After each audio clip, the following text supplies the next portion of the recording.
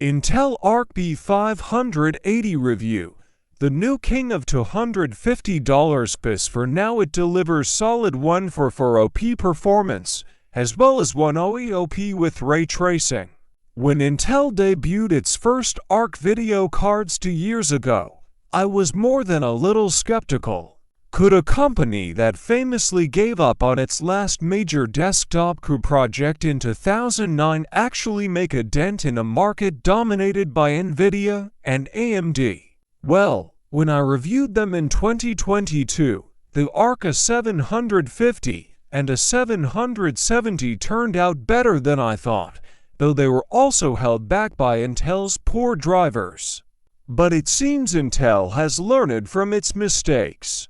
The new $250 Arc B580 performs better than AMD's low-end Radeon 7600, and it can even tangle a bit with NVIDIA when it comes to budget ray tracing. The only question is if it's worth investing in an Intel video card given its rocky corporate outlook. But for such a cheap video card, with a price that harkens back to the early 2000s, the risk may be worth it. The B580 marks the debut of Intel's second-generation Arc Xe2 and it'll be joined by the $219 B570 next month. Based on their specs alone, it's easy to see why they're compelling for budget games. The B580 features 20 Xe cores, 20 ray tracing units, and a faster clock speed than the previous Arc cards. Most importantly, though, it's rocking 12 GB of RAM with a 192-bit memory interface, giving it more than enough room to pump out 144p gameplay.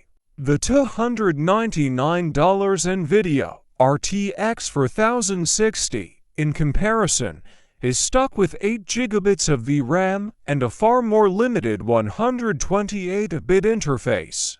Even the RTX 4060 sports that meager amount of VRAM, limiting both of those bits mostly to 108p gameplay, especially if you wanted a bit of ray tracing. AMD's Radeon RX 7600, which goes for around $169, is also burdened with 8 GB of RAM and weaker ray tracing performance than NVIDIA and Intel's cards. While Intel has a clear hardware advantage, timing is once again a major concern. The Arc B580 launched as we're preparing for CES 2025, where both NVIDIA and AMD are expected to show off new desktop BIOS. Given NVIDIA's ever-increasing prices, I wouldn't bet on seeing an RTX 5060 around $150, but AMD is another story. It's been trying to make an impact in the low and mid-range market for years, and that's reportedly still the case with its RDNA for cards.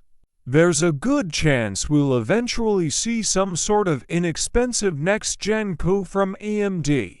If you need to build a budget gaming rig in the next few months or so, though, the Arc B580 will serve you well. In my testing, it scored slightly higher than the RTX 4060 Ti in 3 marks times B Extreme benchmark, and it was also noticeably faster than the Radeon 7600. The B580 shone even brighter with ray tracing. I hit a 58 FPS average in the Cyberpunk 2077 benchmark running at 108p with ultra graphics settings and mid-range ray tracing. The Radeon 7600, on the other hand, sometimes struggled to stay above 40 FPS with similar settings. I was genuinely surprised by how well the Arc B580 tackled 1440p gaming. In Dragon Age, the Veilguard, I hit 70 FPS on average with high graphics settings, mid-range ray tracing, and Intel's upscaling flipped on.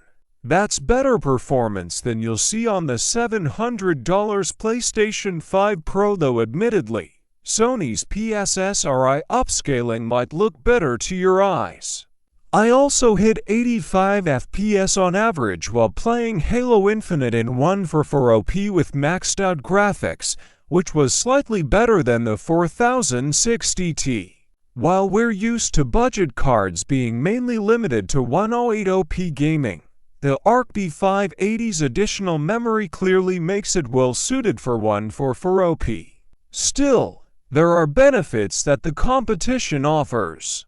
NVIDIA's RTX bus can also work with its specialized apps like NVIDIA Broadcaster, which can clean up your audio and video for streams and recordings. Additionally, NVIDIA's DLSS 3 upscaling is available on over 500 games, while Intel's S just cracked 200. And then there's the driver issue. NVIDIA has decades of experience crafting solid GPU software, whereas Intel is still recovering from its recent driver missteps. At least the Z2i upscaling seems more useful than AMD's FSR3 Fidelity Super Resolution, as Intel's tech looks dramatically better and can often increase a game's performance by 30% or more.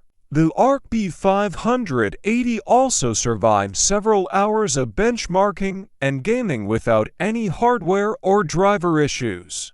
When I first tested the Arc A750 and A770, they would often crash within an hour of testing.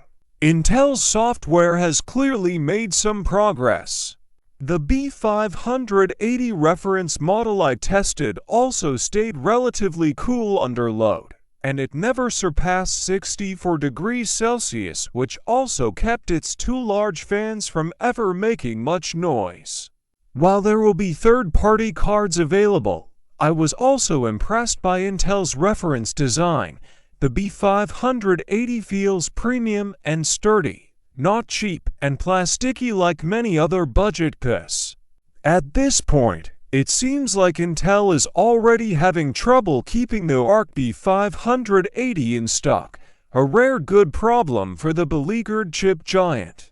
It's easy to see why gamers are smitten. It delivers solid 1080p and 144p performance for most new titles, even with a bit of ray tracing.